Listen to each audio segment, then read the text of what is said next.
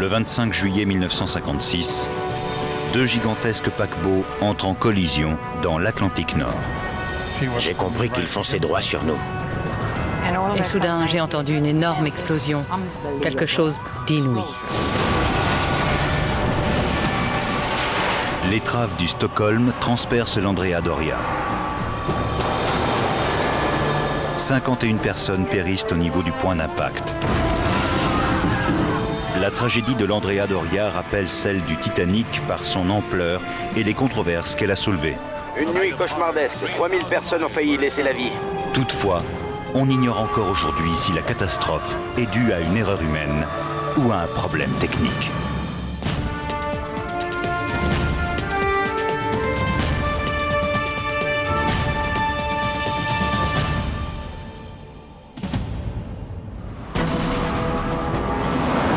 L'Atlantique Nord, froid et inhospitalier, a englouti des navires parmi les plus impressionnants qui aient jamais navigué. Bonjour, je suis John Chatterton. Et moi, Richie Kohler. Nous sommes à Point Lookout, dans l'État de New York. Et nous allons monter à bord de l'Eagle's Nest, afin de rejoindre le mont Everest des plongeurs, l'épave de l'Andrea Doria. Le 25 juillet 1956, l'Andrea Doria est heurté par le Stockholm, un paquebot suédois. Il coule à un peu moins de 100 km au sud de Nantucket et repose à plus de 80 mètres de profondeur dans une région de l'Atlantique connue pour ses courants violents. Cette plongée va nous donner du fil à retordre. Le naufrage de l'Andrea Doria a soulevé bien des controverses. Les deux navires étaient équipés du dernier cri en matière de radar et d'aide à la navigation. Que s'est-il passé? À qui revient la faute? Nous voilà 50 ans plus tard et le mystère n'a toujours pas été résolu. C'est pourquoi nous avons décidé de plonger dans les entrailles de l'Andrea Doria.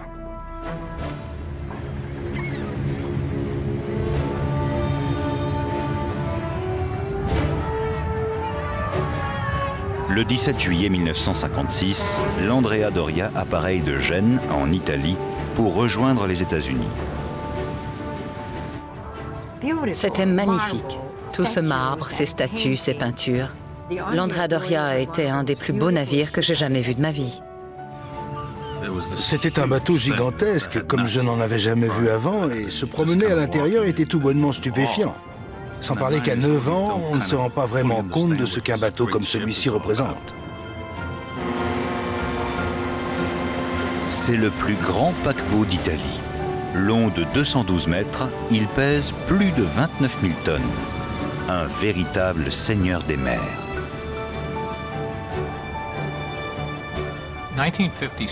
1956. Nous sommes en plein âge d'or des traversées maritimes. La plupart des gens qui faisaient le trajet de l'Europe aux États-Unis choisissaient ces magnifiques paquebots comme moyen de transport. L'Andrea Doria symbolisait aussi la renaissance de l'Italie après la Seconde Guerre mondiale. Tous les Italiens en étaient très fiers. De plus, l'Andrea Doria est un des bateaux parmi les plus sûrs. Il est équipé d'un radar et d'un LORAN, une aide à grande distance à la navigation. À près de 6000 km de là, à New York, le Stockholm, tout aussi moderne, met le cap sur Göteborg, en Suède. Les deux navires sont à la pointe de la technologie. Et pourtant, dans 8 jours, leur collision deviendra l'un des pires accidents maritimes du XXe siècle.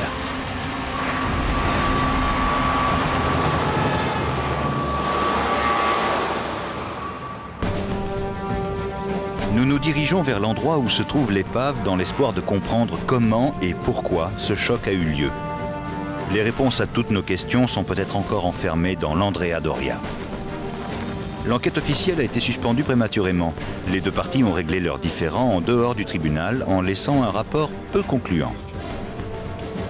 Le plus troublant est que les enquêteurs ne se sont jamais rendus sur les lieux du désastre. Mais cela s'explique facilement. Sous plus de 80 mètres de fond, il est très difficile et dangereux d'accéder à l'épave.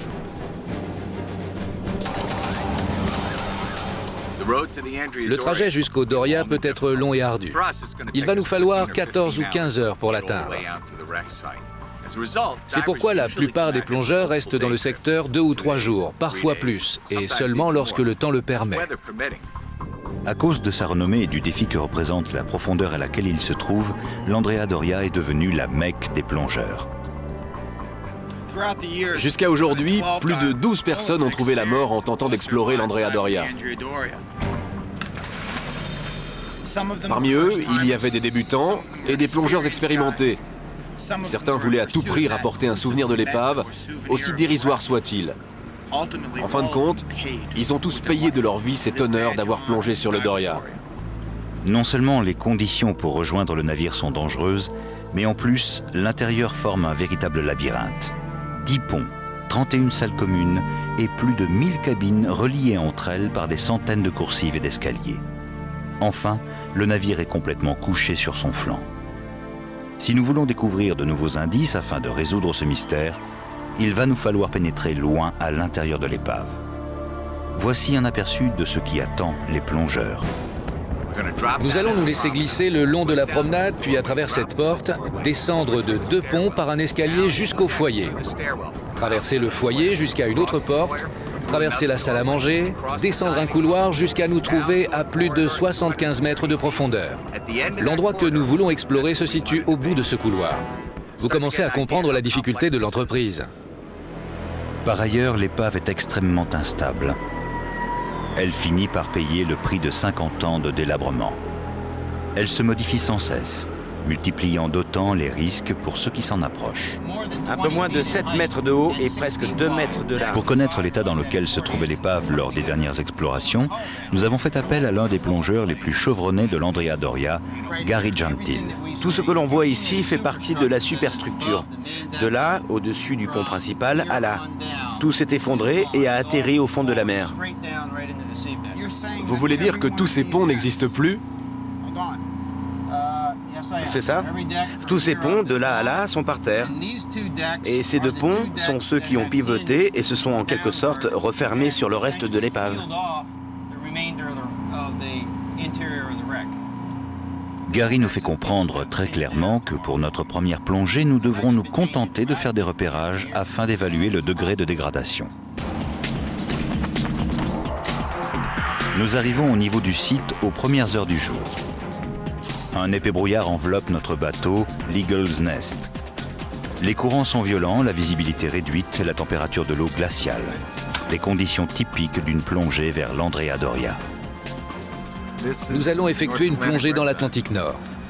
Il faut descendre profondément dans l'obscurité et les dangers sont nombreux. Nous allons avoir du mal à nous déplacer et à discerner correctement ce qui nous entoure. T'en es où? T'es prêt? Oui, c'est bon.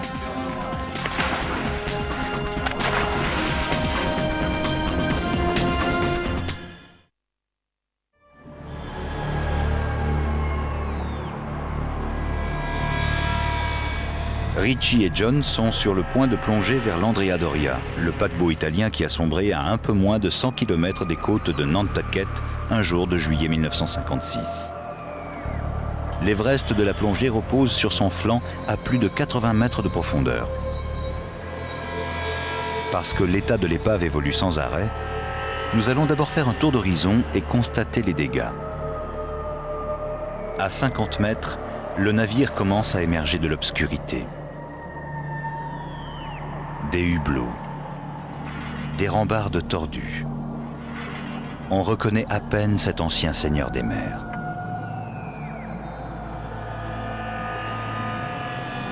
Quelques points de repère subsistent toutefois. Le pont où se trouvait la promenade, longue de 66 mètres, et où des chaises longues étaient autrefois alignées. À présent, elle est coupée en 2 et repliée sur elle-même. Le jardin d'hiver, un des salons les plus somptueux de l'Andrea Doria. Les encadrements de fenêtres sont intacts, mais à l'intérieur, les murs se sont effondrés. L'architecture et les innovations en matière de conception qui ont donné sa renommée mondiale au paquebot ont disparu. Ce n'est plus qu'une épave en mauvais état. Nous manquons de temps. Il va falloir remonter à la surface. L'épave a drôlement changé, non? En fait, elle s'est repliée sur elle-même. D'une certaine manière, ça nous ouvre d'autres perspectives d'exploration. Mais je crois qu'on aura plus de difficultés pour découvrir ce qui s'est vraiment passé la nuit de la collision. Cette collision qui n'aurait jamais dû avoir lieu, surtout après la catastrophe du Titanic. Après le naufrage du Titanic en 1912, des changements radicaux sont apportés à la conception des bateaux. On leur ajoute des cloisons étanches, on augmente le nombre de canaux de sauvetage et après la Seconde Guerre mondiale, l'installation de radars se standardise. En 1956, 26 millions de passagers ont effectué la traversée entre l'Europe et l'Amérique sans le moindre incident. On est persuadé qu'un autre désastre maritime est impossible. Et pourtant...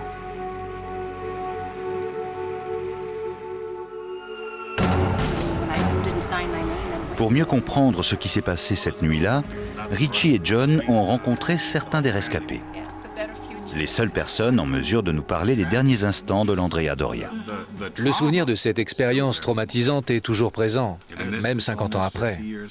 Oui, c'est sûr. Vous savez, c'est quelque chose que vous n'oubliez jamais. Vous ne savez pas où est votre père, où est votre mère. Tony Pacciano n'a que 9 ans lorsqu'il embarque sur l'Andrea Doria. Nous étions 7. 5 enfants et nos parents. Nous arrivions de Naples. Mes parents ont eu 4 filles. Donc j'étais le seul garçon. Et ils s'étaient dit que peut-être qu'aux États-Unis, leurs filles auraient un meilleur avenir qu'à Naples. À bord de l'Andrea Doria, beaucoup caressent le même rêve. Plus de la moitié des 1100 passagers sont des candidats à l'immigration et quittent l'Italie dans l'espoir de commencer une nouvelle vie en Amérique. Je m'imaginais l'Amérique comme un endroit merveilleux. Et à l'adolescence, j'ai décidé de partir pour me construire un plus bel avenir. À 16 ans à peine, Ada Di Fabio fait le voyage seule. Dans les salles somptueuses réservées à la première classe, on croise le bottin mondain de la haute société américaine et européenne. Des politiciens, des stars de cinéma, des musiciens de renommée mondiale et les danseurs étoiles hongrois Istvan Rabowski et Nora Kovacs. Nous avions pris l'Andrea Doria pour rentrer, un bateau magnifique. Nous devions voyager en première, le grand luxe, et j'étais impatiente d'y être. Ce devait être la plus belle expérience de notre vie. Mercredi 25 juillet. L'Andrea Doria est attendue à New York le lendemain matin. Alicia Sochia, une étudiante américaine qui vient de passer un an à Paris, prend un bain de soleil lorsque soudain le temps se gâte. Nous étions sur le pont, puis le brouillard s'est levé d'un coup. Un brouillard si épais que la visibilité était très réduite. On ne voyait pas nos mains plus loin que ça. On les écartait un peu, elles disparaissaient. Je me souviens qu'on faisait tous ce même geste, et quand nous avons entendu la corne de brume, nous n'apercevions même plus la passerelle de commandement. Par mesure de sécurité, le capitaine Calamai ordonne la fermeture des compartiments étanches et surveille le radar de près. Toutefois, comme il veut se dépêcher d'arriver, il ne réduit presque pas la vitesse du bateau.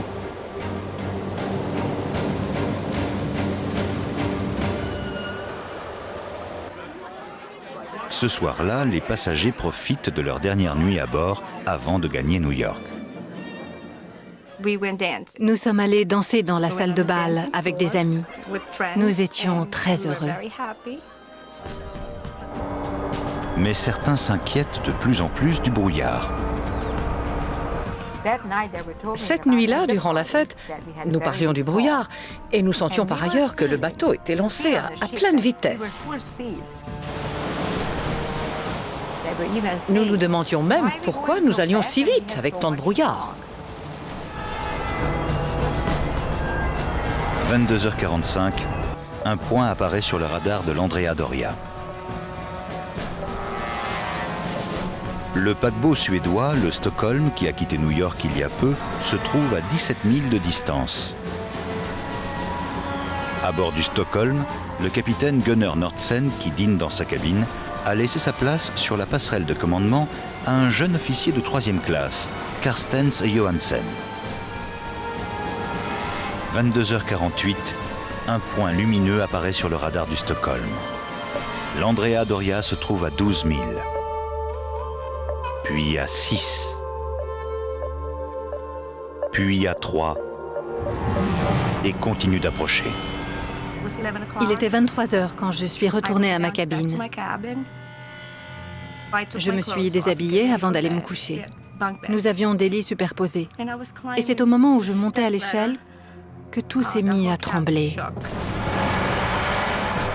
Je me rappelle encore de cette énorme explosion. C'était inouï. J'ai tout de suite compris qu'il se passait quelque chose de très grave. Nous savions que nous allions mourir, que nous n'avions plus beaucoup de temps devant nous.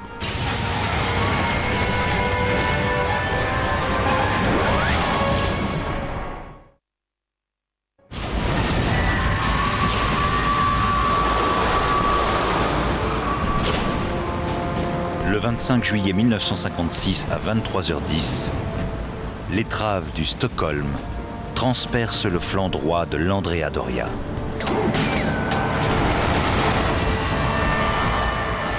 Le Stockholm et l'Andrea Doria restent encastrés l'un dans l'autre durant plusieurs minutes. Lorsqu'ils se séparent, les dégâts sont bien visibles. L'avant du Stockholm, qui pèse 300 tonnes, a presque entièrement disparu. Le navire reste malgré tout à flot. Sur le Doria, 7 des 10 ponts ainsi que la moitié des réservoirs de fioul sont défoncés. Il ne restait plus qu'un jour à l'Andrea Doria pour atteindre New York. Donc la plupart des réservoirs étaient à sec. Du coup, lorsque le Stockholm l'a éperonné, des tonnes et des tonnes d'eau de mer se sont engouffrées à l'intérieur. Le bateau commence à gîter sous l'effet des énormes quantités d'eau qui pénètrent dans les cuves. Le capitaine Kalamai lance un SOS. Le capitaine m'a dit de demander par le haut-parleur à l'équipage et aux passagers, en anglais et en italien, de se diriger vers les canaux de sauvetage.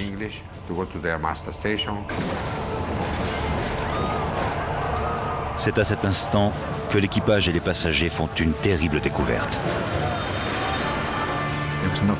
Le Doria transportait 1700 personnes et le nombre de canaux était prévu pour 2000.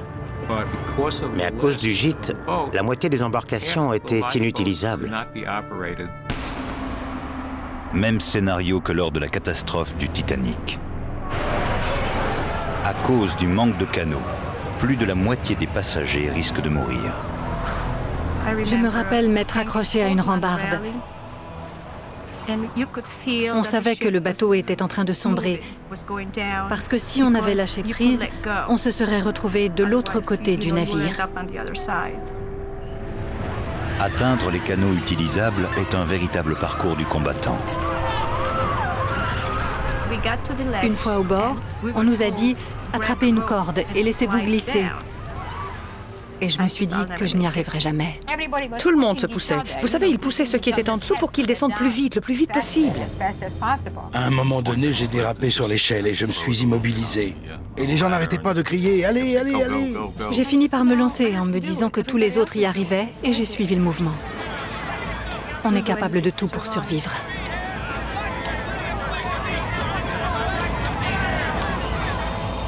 « 2 heures du matin. Il s'est écoulé 3 heures depuis la collision. 6 navires ont répondu au SOS et envoient des canaux supplémentaires.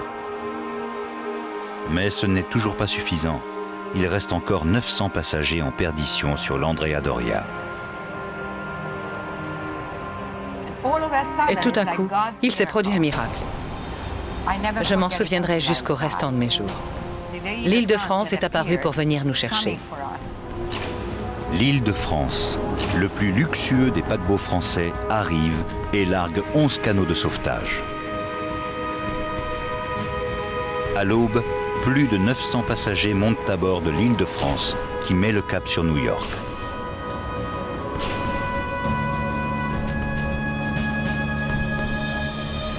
Il reste 45 membres d'équipage sur l'Andrea Doria, dont un qui refuse de le quitter, le capitaine Piero Calamai.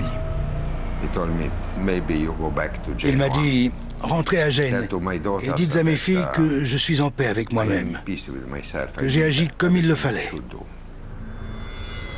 Calamai insiste pour disparaître avec son cher navire.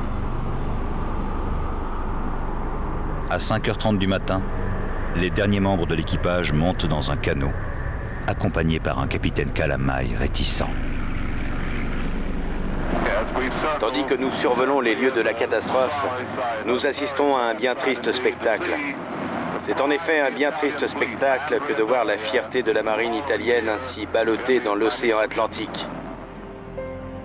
10 heures, le 26 juillet. Les passagers et l'équipage regardent sombrer l'Andrea Doria. Lorsqu'il a coulé, il a disparu si lentement. Pour moi, c'était comme la mort du cygne. Ce cygne magnifique était en train de mourir. Nous avons pleuré. Nous étions heureux d'être en vie. Et en même temps, nous répétions, « Il a disparu. C'est fini. »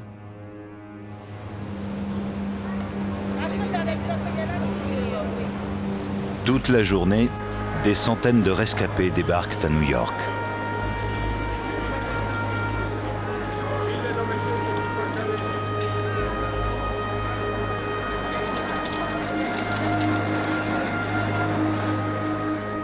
La mère, le père et les 4 sœurs de Tony Pacciano ont été séparés durant l'opération de sauvetage. Le Cape Ann est arrivé à Brooklyn, où mon cousin nous attendait. Et quand on s'est retrouvés, sa mère et lui nous ont dit qu'ils avaient déjà récupéré mes 3 sœurs, mais qu'ils ignoraient où se trouvait ma mère. Quelques jours plus tard, le Stockholm lui ramène sa mère. Quand finalement elle nous a rejoints, vous ne pouvez pas imaginer à quel point nous étions émus.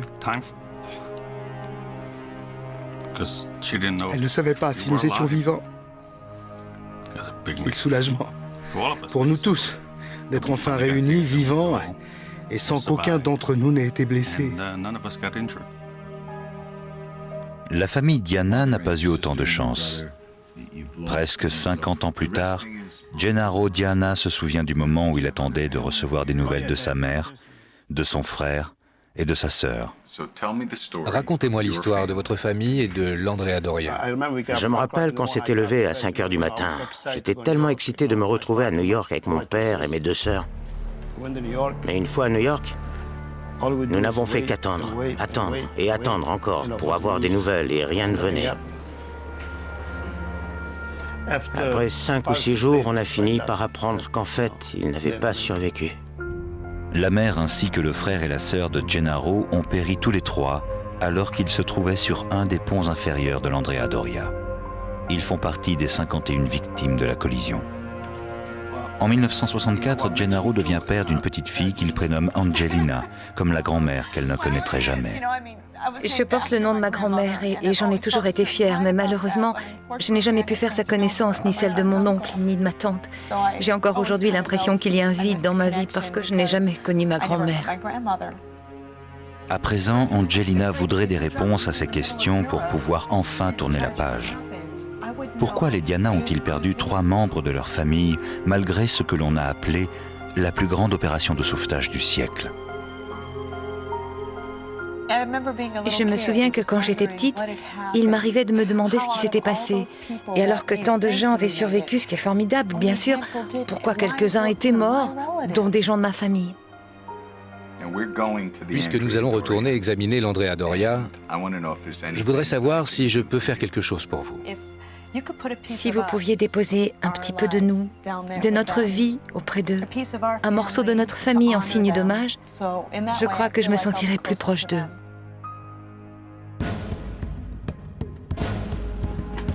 Lors de la prochaine plongée, nous allons réaliser le vœu de la famille Diana, puis nous tenterons de pénétrer à l'intérieur de l'épave afin de retrouver le point d'impact.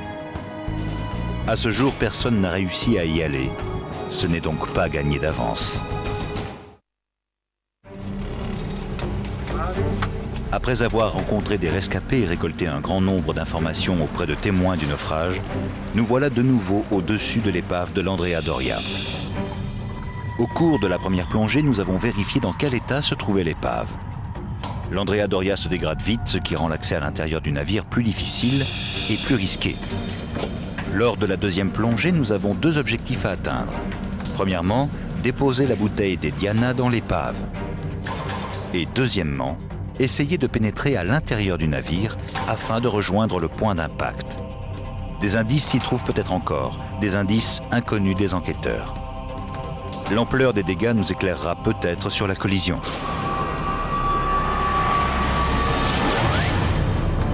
Le problème est que le point d'impact se trouve sous 80 mètres de fond. Plonger à une telle profondeur représente une véritable épreuve pour le corps humain.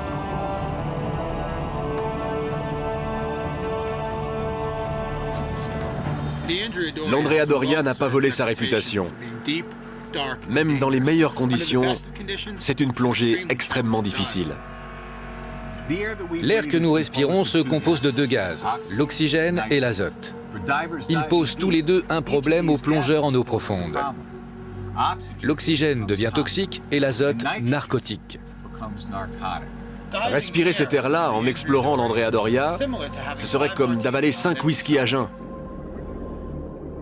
La narcose à l'azote est aussi appelée l'ivresse des profondeurs. Comme l'alcool, l'azote peut faire perdre ses moyens à un plongeur. Un taux élevé d'oxygène dans le sang est toxique. Le plongeur peut être pris de convulsions et se noyer. Pour résoudre ce problème, nous utilisons un troisième gaz, l'hélium, qui lui n'est ni narcotique ni toxique. En l'incorporant à la mixture, nous diminuons la quantité d'oxygène et d'azote. Le mélange de ces trois gaz est appelé trimix. Le trimix réduit les risques que peuvent entraîner l'azote et l'oxygène. C'est un mélange plus sûr et qui permet de rester lucide. Lorsqu'on plonge, comme pour l'Andrea Doria, à 80 mètres de profondeur avec du trimix, on se rend mieux compte de ce qu'on fait et on se souvient de tout ce qu'on a vu.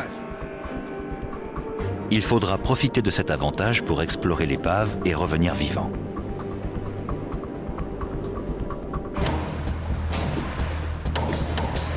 Le lendemain, le soleil brille et la mer est calme.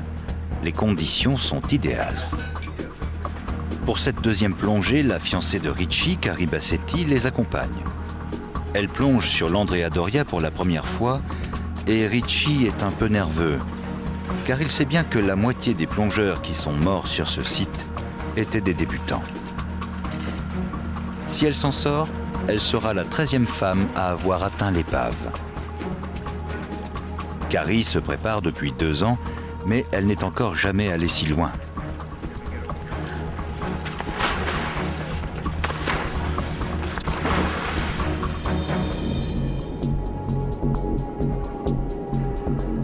Durant les 4 minutes qu'il leur faut pour rejoindre l'épave, Richie surveille Carrie de près. Une fois sur le haut de l'épave et après avoir vérifié que tout le monde allait bien, ils partent à la recherche d'un endroit par où pénétrer à l'intérieur du navire. Au cours de la première exploration, ils n'ont pas été plus loin que les niveaux supérieurs de la coque, sous un peu plus de 60 mètres de fond. Richie et Carrie restent à cette profondeur et avancent vers la proue tandis que John commence sa descente. 73 mètres. 76. 78. À 80 mètres, John arrive au niveau des décombres. L'état de dégradation est stupéfiant. L'intérieur de l'épave s'est déversé sur le fond de la mer, qui est jonché d'éclats de métal.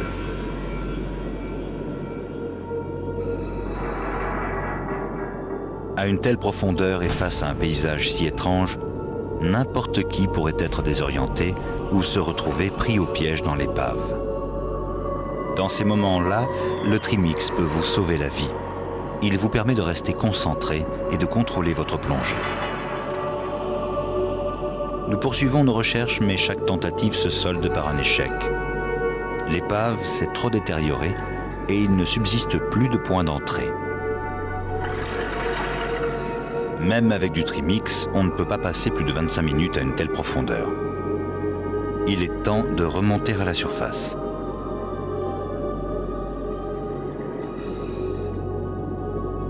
En rejoignant la ligne d'ancre, John tombe sur un hublot situé juste au-dessus du point d'impact. Biagio, Angelina et Vittoria Diana sont morts non loin de là. John décide d'y déposer la petite bouteille de la famille Diana qui y reposera pour l'éternité.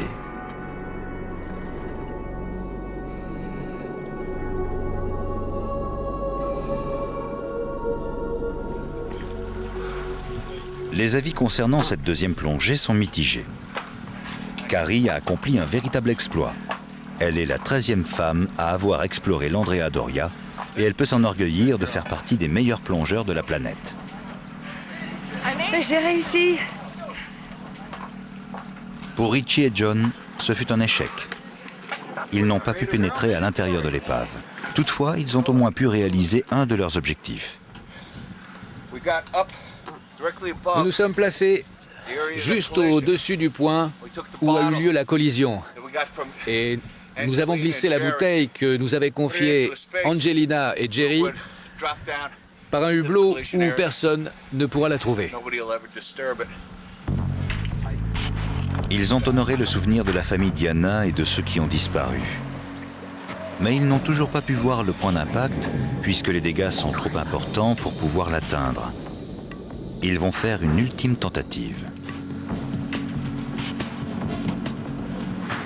Une autre stratégie et nous nous lançons pour la dernière fois. On va se séparer pour explorer le plus de surface possible. Je me dirige vers la proue pour voir si je peux récolter quelques indices concernant le moment où le bateau a sombré. Et toi, tu vas essayer de pénétrer dans l'épave pour rejoindre la zone de l'impact. Restons prudents. Au moindre problème, tu me fais signe avec ta lampe et on sort de là. Parfait. C'est parti. C'est leur dernière chance de résoudre le mystère de l'Andrea Doria.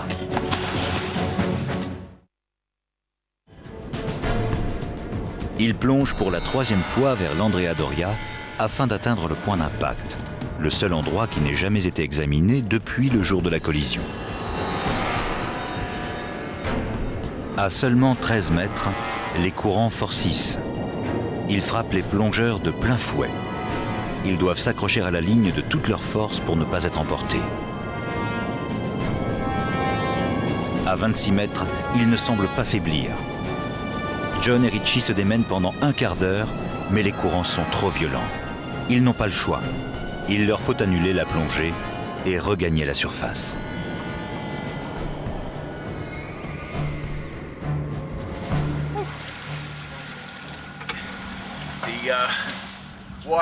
La mer était très agitée, les courants très violents. C'est une de ces journées où on se dit « Mais qu'est-ce que je fais là ?» Bon sang! Il a fallu chambouler tous nos plans à la dernière minute. Les courants étaient infernaux. On dirait qu'il y a des jours où l'épave fait de la résistance. La plongée d'épave se résume souvent à un face-à-face entre l'homme et la nature. Cette fois, la nature a remporté la partie. Ce qui signifie qu'il nous faut revenir à terre pour en apprendre davantage.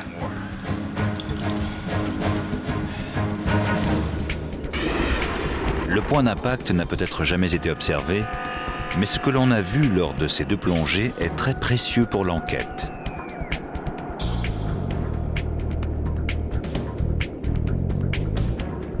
L'épave a été filmée et des centaines d'images peuvent servir de référence. Mais les pièces du puzzle sont mélangées. Entre la faible visibilité et la taille gigantesque de l'épave, un plongeur ne peut pas se faire une idée générale de ce qu'il a en face de lui. En revanche, un illustrateur spécialisé en est capable. Grâce à la vidéo et aux indications des plongeurs, il va peut-être pouvoir reconstituer une image précise de l'épave.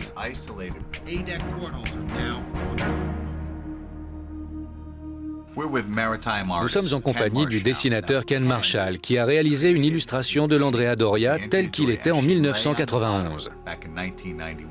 Notre but aujourd'hui est de lui fournir le plus de précision possible pour qu'il mette à jour son dessin.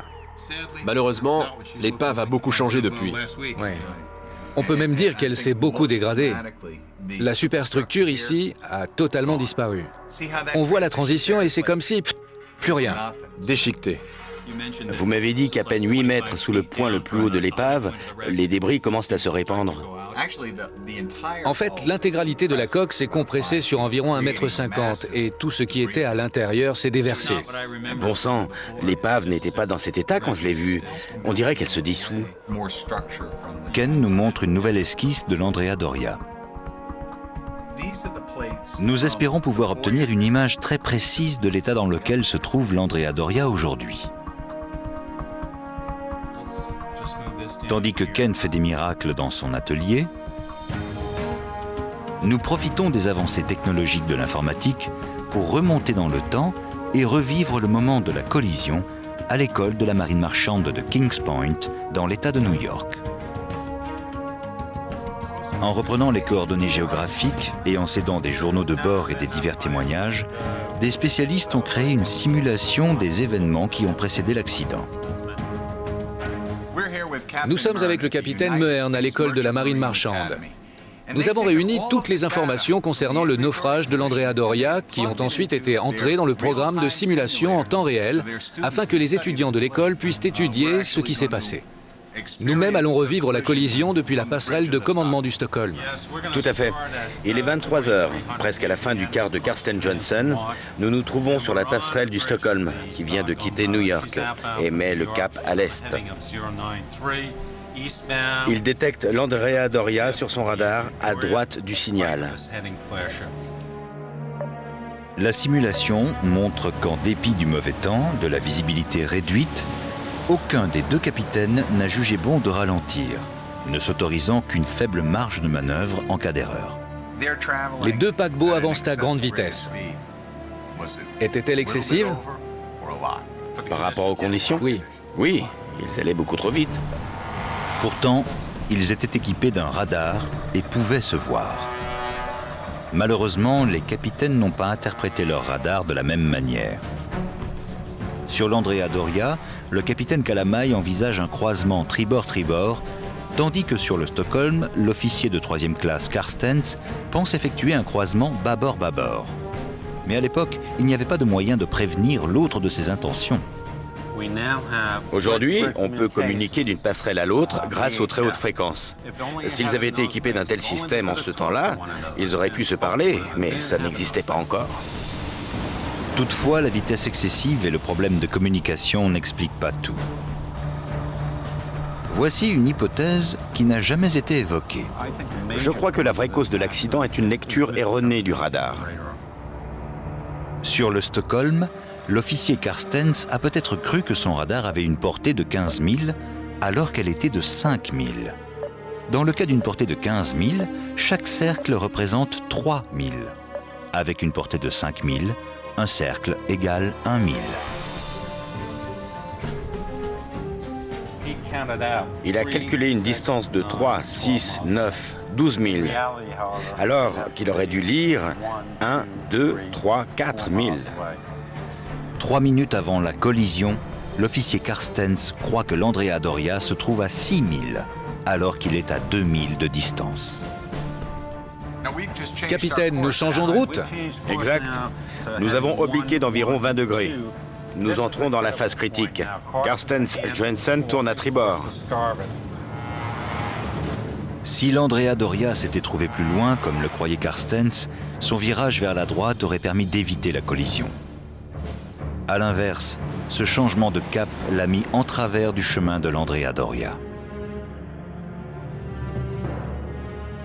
Si vous regardez l'avant à bâbord, vous verrez ce qu'il a vu la première fois, le flanc droit de l'Andrea Doria, Oh mon Dieu! qui surgit tout à coup du brouillard. Il n'y a rien à faire.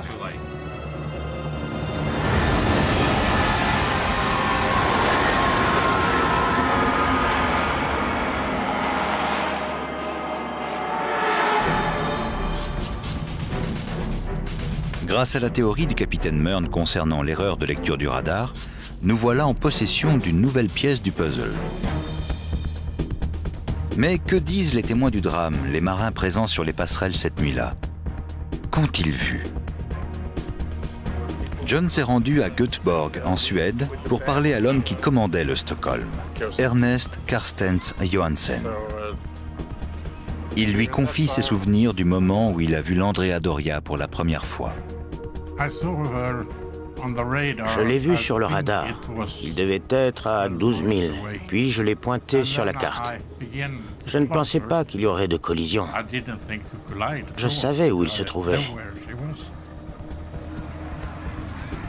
Le capitaine de l'Andrea Doria, Piero Calamai, est décédé en 1972. À Rome, l'officier de seconde classe, Guido Badano, se remet en mémoire ce que lui a dit Calamai dans les derniers instants de l'Andrea Doria.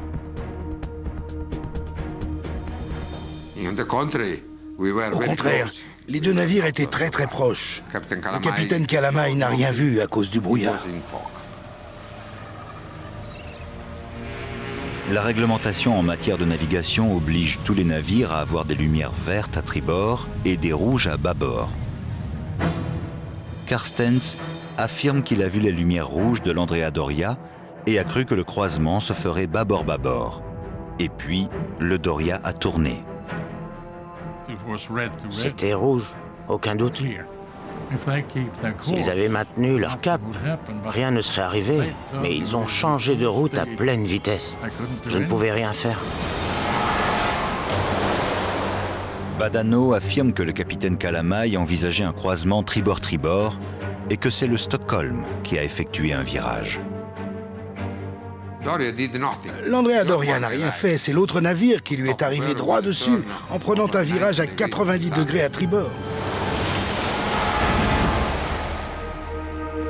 Encore aujourd'hui, il subsiste deux versions de la collision entre le Stockholm et l'Andrea Doria. Mais à cause de ces différentes interprétations, même les radars n'auraient pas permis d'éviter la catastrophe. Je sais ce que j'ai fait, et je l'assume. En résumé, qu'avons-nous découvert? D'une part, nous savons que les deux navires allaient trop vite par rapport aux conditions météorologiques de cette nuit-là. Et d'autre part, Carstens, à bord du Stockholm, a commis deux erreurs très graves. Il a mal lu son radar, et par ailleurs, en tant qu'officier subalterne, il avait pour obligation d'appeler son capitaine en cas de doute, ce qu'il n'a pas fait.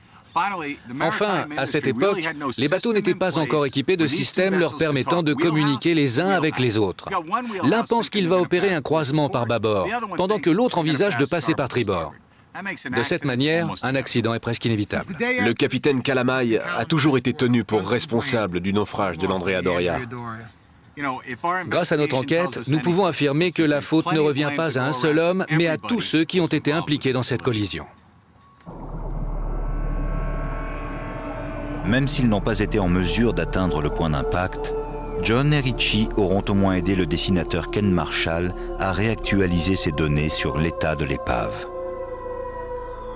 Par rapport à l'image qu'en avait tirée Ken en 1991, il est stupéfiant de constater combien le navire s'est abîmé en 10 ans.